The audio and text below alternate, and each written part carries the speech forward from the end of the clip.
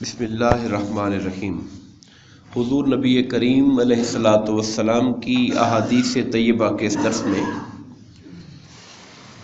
حدیث پاک کی معروف و مشہور کتاب مشکات الحدیث مشکات المصابیح کے کتاب الایمان کے حوالے سے ہم احادیث پاک کا ذکر کر رہے ہیں۔ حضرت سیدنا ابو ہریرہ رضی اللہ تعالیٰ عنہ سے روایت ہے،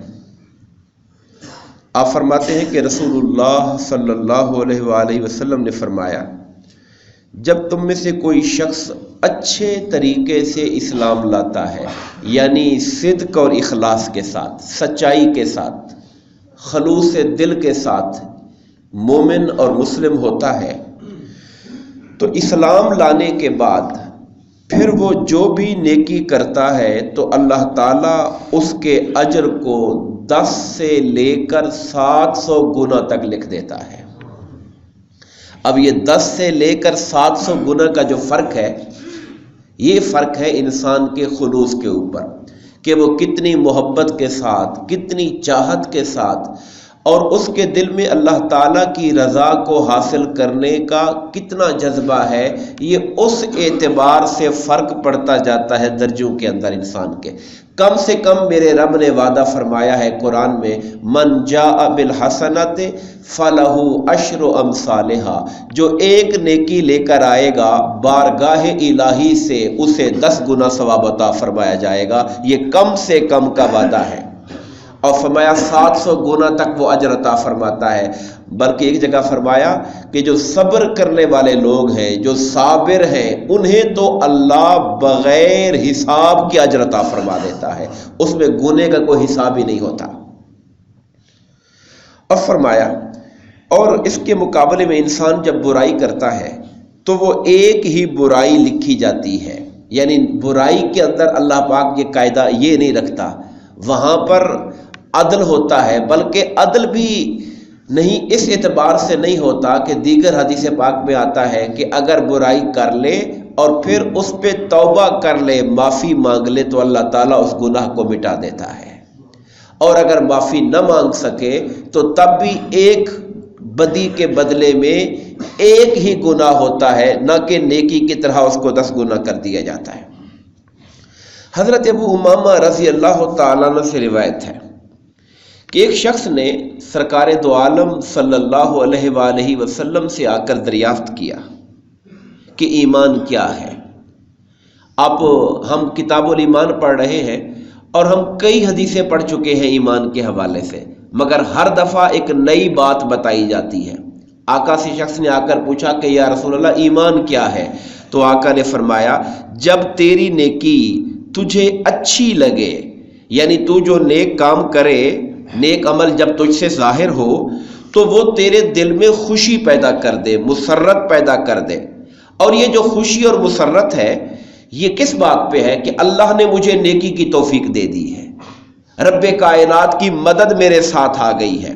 میں اس کام کے ذریعے اللہ تعالیٰ کے قریب ہو جاؤں گا، تو یہ جو اس کے دل میں خوشی پیدا ہو جاتی ہے اچھا کام کرنے پر، یہ اس کے ایمان کی نشانی ہوا کرتی ہے۔ اور فرمایا اسی طرح جب تو کوئی برائی کرے، غلط کام کرے، تو وہ برائی کا کرنا، گناہ کا کرنا تجھے برا محسوس ہو، تیرے دل کو غمگین کر دے۔ گناہ انسان سے ہو جاتا ہے، مگر گناہ ہونے کے بعد انسان کا دل غم سے بھر جائے کہ یہ میں نے کیا کر لیا ہے، یہ وہ کام میں نے کیا ہے جو میرے رب کو ناراض کر دے گا، یہ وہ کام مجھ سے ہو گیا ہے جو میری قبر کو تاریک کر دے گا، قیامت کے دن مجھے ناکام لوگوں میں شامل کر دے گا۔ یہ جو غم ہے اگر پیدا ہو جاتا ہے کسی غلطی اور گناہ کے اوپر، فرمایا یہ ایمان کی نشانی ہوا کرتی ہے۔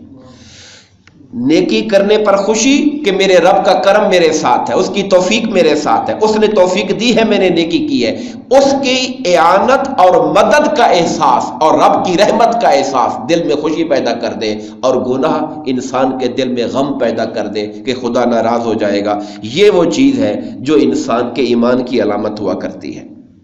فرمایا جب یہ تیرے اندر پیدا ہو جائے فَأَنْتَ مُؤْمِنٌ، تو پھر تو مومن ہوگا، یعنی یہ جو تیرے اندر کڑنا ہے اور افسوس کرنا ہے، یہ اس بات کی علامت ہے کہ اللہ تعالیٰ نے تجھے تصدیق ایمانی عطا فرمائی ہوئی ہے، اللہ اور اس کے احکام پر یقین کی دولت عطا فرمائی ہے۔ بندے کو اللہ کے حکم پر یقین ہوگا تو اچھائی کے کرنے پر خوشی پیدا ہوگی، اللہ کے حکم پر یقین ہوگا تو غلط کام کے کرنے پر دکھ پیدا ہوگا، اور یہ اس بات کی نشانی ہوگی کہ تیرا آخرت پر اور قیامت کے دن کے روز جزا کے اوپر تیرا ایمان ہے، اسی لیے تیرے دل میں دکھ ہو رہا ہے کہ یار میں کیسے اللہ کی بارگاہ میں جواب دوں گا جا کر۔ حضرت امام عبد الوہاب المتقی المکی اس کی وضاحت کرتے ہوئے لکھتے ہیں کہ 4 چیزیں ایسی ہیں کہ جو انسان نیکی کے رستے پر، معرفت کے رستے پر، تقوی کے رستے پر چلتا ہے، اسے 4 چیزوں کا یقین رکھنا ضروری ہے۔ سب سے پہلی چیز اس کا ایمان توحید پر پختہ ہو۔ توحید کا معنی کیا ہے؟ اللہ تعالیٰ کو ایک ماننا، اور صرف ایک ماننے کا مطلب یہ ہے کہ اللہ تعالیٰ ایک ہے اپنی ذات میں، وہ تمام صفات کمال کا جامع ہے، ہر خیر میرے رب کی بارگاہ سے ملنے والی ہے، اور جو کچھ دنیا میں رونما ہوتا ہے وہ کوئی نفع ہے یا نقصان ہے، وہ خیر ہے یا شر ہے، وہ کسی کو کچھ ملنا ہے یا کسی چیز کا نہ ملنا ہے، یہ سب اللہ تعالیٰ کی عطا کے ساتھ ہوتا ہے۔ انسان کو کچھ مل گیا، وہ سمجھے اللہ کی بارگاہ سے ملا ہے۔ ہاں، دنیا کے اسباب اور وسائل اپنی جگہ پر ہیں، سبب کون بنا، وسیلہ کون بنا،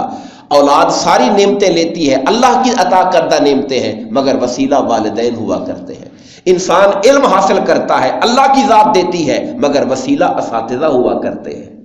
تو وسائل و اسباب اپنی جگہ پر، مگر توحید یہ ہے کہ انسان منبع خیر و شر اللہ تعالیٰ کی ذات کو سمجھے، اور اس کا فائدہ یہ ہوتا ہے کہ بندے کی جو توجہ ہے وہ مخلوقات کی طرف سے ہٹ کر اپنے خالق کی طرف لگی رہتی ہے۔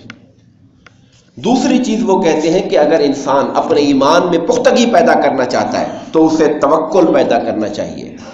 توکل کا معنی ہمارے ہاں عام طور پہ لوگ سمجھتے ہیں کہ کوشش چھوڑ دینا، لوگ یہ معنی سمجھ بیٹھے ہیں کہ توکل کا معنی ہے کوشش نہ کرنا، بس یہ اللہ پہ چھوڑا ہوا ہے، حالانکہ یہ معنی توکل کا نہیں ہے۔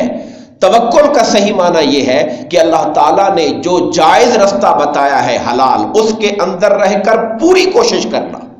اور اس کا نتیجہ میرے رب کی بارگاہ کے اوپر چھوڑ دینا، اور جو کچھ حاصل ہو اسے اپنا کمال نہ سمجھنا، اسے اپنے رب کی عطا سمجھنا، اصل میں یہ توکل ہوا کرتا ہے۔ فرمایا، اور خاص طور پر رزق کے معاملے کے اندر، یہ جو رزق اور روزی ہے، اس کے معاملے کے اندر انسان کو یقین ہونا چاہیے کہ رب کائنات نے فرمایا زمین پہ چلنے والا کوئی جاندار ایسا نہیں مگر اس کا رزق اللہ کے ذمے ہے۔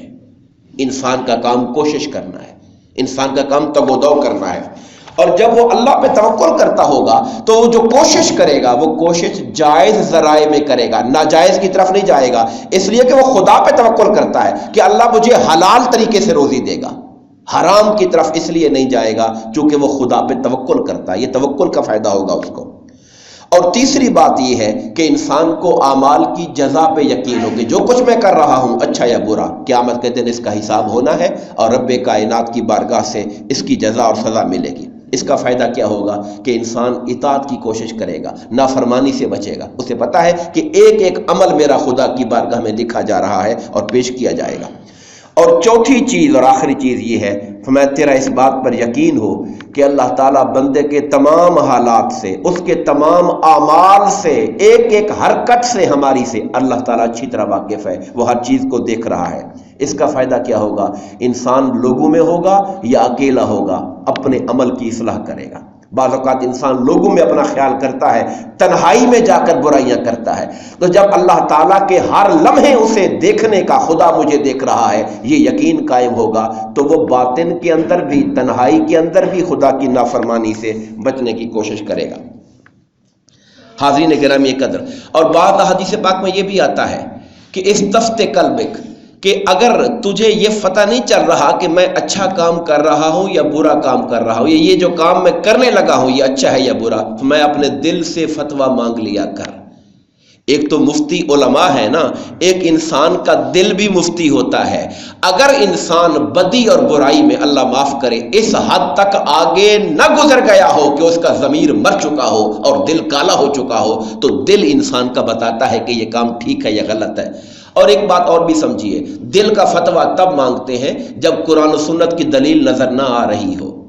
جب قرآن میں واضح حکم نہ ہو؟ جہاں قرآن کا واضح حکم ہے وہاں دل سے فتویٰ کیوں مانگیں گے؟ جہاں حدیث میں سرکار کا واضح حکم ہے وہاں دل سے فتویٰ کیوں مانگیں گے؟ دل کے فتوے کی بات وہاں آتی ہے جب قرآن و حدیث کے واضح حکم نہیں مل رہا، علماء کی باتوں میں اختلاف آ رہا ہے، کوئی کہتا ہے یوں کریں، کوئی کہتا ہے یوں کریں، وہاں انسان قلب سلیم میں اللہ کی رضا کی خاطر جو بہتر سمجھتا ہے اس کو قبول کر لے، اسے کہتے ہیں دل سے فتویٰ طلب کرنا۔